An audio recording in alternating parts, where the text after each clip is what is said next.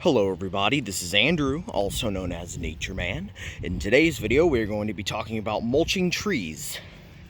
So this is my pin oak, Quercus palstris. I had made a few videos from when I was a younger lad on my YouTube channel. I planted it back in the summer of 2014. The tree's approaching 20 feet high. It must have been a 4 or 5 foot tree when I planted it. That would have been like, that'd been 6-7 years ago, something like that. It's now April 2021. I did want to talk about mulching. Now I have several trees I've mulched, and I'm going to go over proper mulching and improper mulching. This is proper mulching. Now you are going to hear a lot and see a lot of landscaping companies pile the mulch up against the trunk. This is called volcano mulching, and this is a very big no-no in the landscaping community. You do not want to pile the mulch up against the trunk. In fact, you don't want any mulch at all touching the trunk. There's several reasons as to why this is bad. But before I explain that, I'm going to show you how I properly mulched. Then I'll go into the reasons why you don't want to volcano mulch. I made very much like a donut ring. I piled a thick layer of mulch away from the trunk, and then I pulled back any mulch up against the trunk, so there's none whatsoever. You can see there's just a big ring right there of no mulch. And then I piled this bottom a layer, maybe 3-4 inches thick, away from the trunk. You just always want to make sure you never pile mulch up against the trunk. The reasons why you can't volcano mulch, it's where you just pile the mulch up against the trunk and all around. A few reasons. One, you're going to get girdling roots. So essentially, the tree is going to take advantage of the extra mulch, which is essentially extra soil. And it's going to grow into it and wrap around the trunk. Instead of going under the ground away from the trunk, it's going to come up to the trunk and wrap around the tree. This is going to choke the tree and kill it.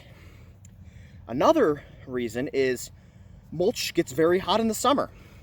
It actually starts to steam. In some nurseries, they have piles of mulch, like people order them in the yardfuls.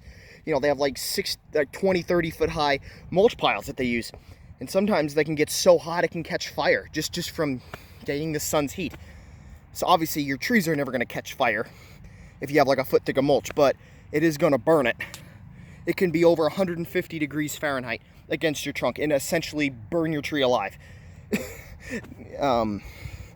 So it's two main reasons why you don't want a volcano mulch, because it can get too hot and it can essentially rot the tree. It can kill it, burn it alive, and you'll get girdling roots around the trunk. In some trees it's more prevalent than others, but it can kill literally any tree. Now some trees for some reason are more prone to girdling roots. This would be like maple trees is a big one. Less prone would be like spruce or pine, but like I said, it can happen to any tree, and I've seen it on almost every tree you can imagine. In some trees it's more prevalent and it happens more quickly. This is in like maple trees and locust, but you're going to see it on any tree, and especially when the mulch gets too hot near the trunk. So, and I literally mean any tree, even if it's a palm tree in Florida, an oak tree in Canada, I don't care. You always keep the mulch away from the base of the tree. I'll show you a few other examples. This is my Magnolia grandiflora, my Edith Bogue Southern Magnolia. I did the same thing. Here, I'll pull a couple of the leaves that have fallen off from the winter. I pulled the mulch away from the trunk. You can see even some of the roots popping up. That's good. You want to just keep the piled mulch away and keep the mulch away from the base so you don't pile it. And if you want, when you load on the mulch, if you want to dump it all against the trunk just to get the mulch there, but then you can scrape it back, that's just fine. You just want to make sure you don't leave mulch against the trunk, as I find it easier to just dump it all in one spot and then spread it rather than trying to, This is my Liriodendron tulipifera, my tulip tree, the Indiana state tree. Same exact thing.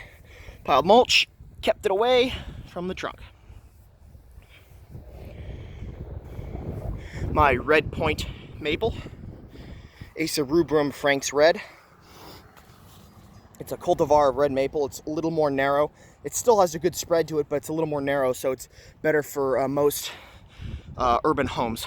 So you don't have a tree that gets 50 foot wide. It'll stay less than 20 foot wide at maturity. So still retains a good shade tree over time, but doesn't get overly wide. It's also starting to leaf out for the season. Same thing. There's a little bit of mulch right there, but I didn't have it piling against the trunk. Like some companies will just pile it right up, you know. So I did the same thing. A donut ring where I left a hole around the trunk with no mulch at all. Another tulip tree I planted a few years ago. Same exact thing. You can see even the roots right there. And now I want to go over shrubs or perennials. Now, when mulching these, volcano mulching, in my opinion, is not much of an issue with shrubs. It is only important with trees. Now, always with trees, it is the #1 thing to make sure you don't volcano mulch. With shrubs, yeah, you want to avoid piling a lot of mulch against the trunk, but I've never seemed to have a problem with shrubs before, because shrubs alone are shorter lived than trees. They stay really small, close to the ground, so they're not going to be as much affected if you pile at least a little bit of mulch against the base. And I've been seeing shrubs for years. Some shrubs that have been volcano mulched for decades and they've never been affected. But trees, no. You can see I don't pile more than a couple inches of mulch against, even near the trunk anyways, on a little, this is a burning bush, Euonymus alatus. So that doesn't really matter as much. So that's one I wanted. If you're doing shrubs, I would never do more than, 2 or 3 inches of mulch, and especially never more than 4 inches. You don't want to pile like a foot of mulch on it, because that'll kill any plant. That'll choke it. But yeah, if you do a little light layer against the bark of some shrubs or scrubby perennials, it doesn't really matter. It's just with trees, you can never do it. Just like these boxwoods. The boxwoods retain moisture. These are little shrubs. It's right near the brick of this house, so this is the first area to dry. Even though we have an abundance of moisture, our humidity is high, over 50% most of the year.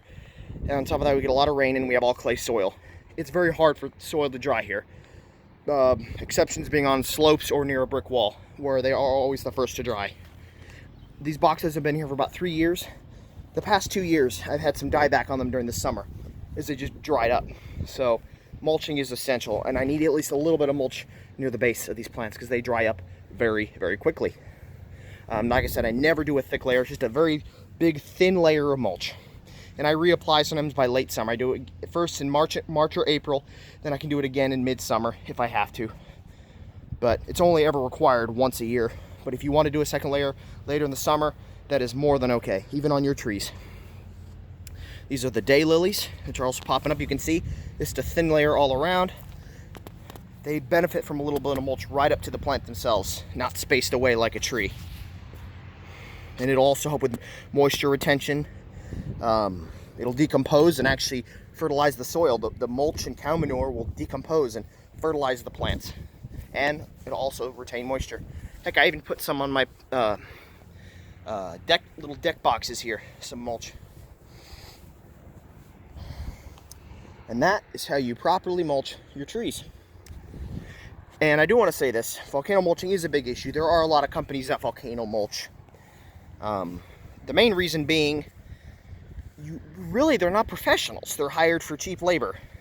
So they may have been doing this for a long time, but they've been doing it wrong for a long time. They're not trained.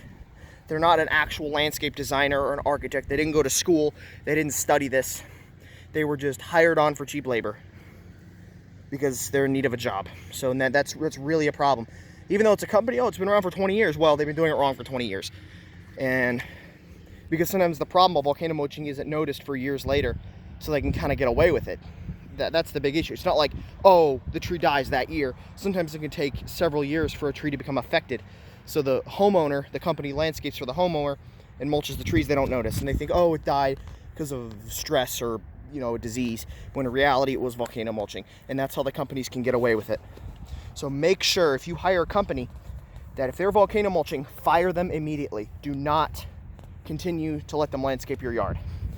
Hire someone who knows what they're doing. Preferably a landscape designer, someone who went to school for it, or at least has vast knowledge about trees and shrubs. Preferably an arborist.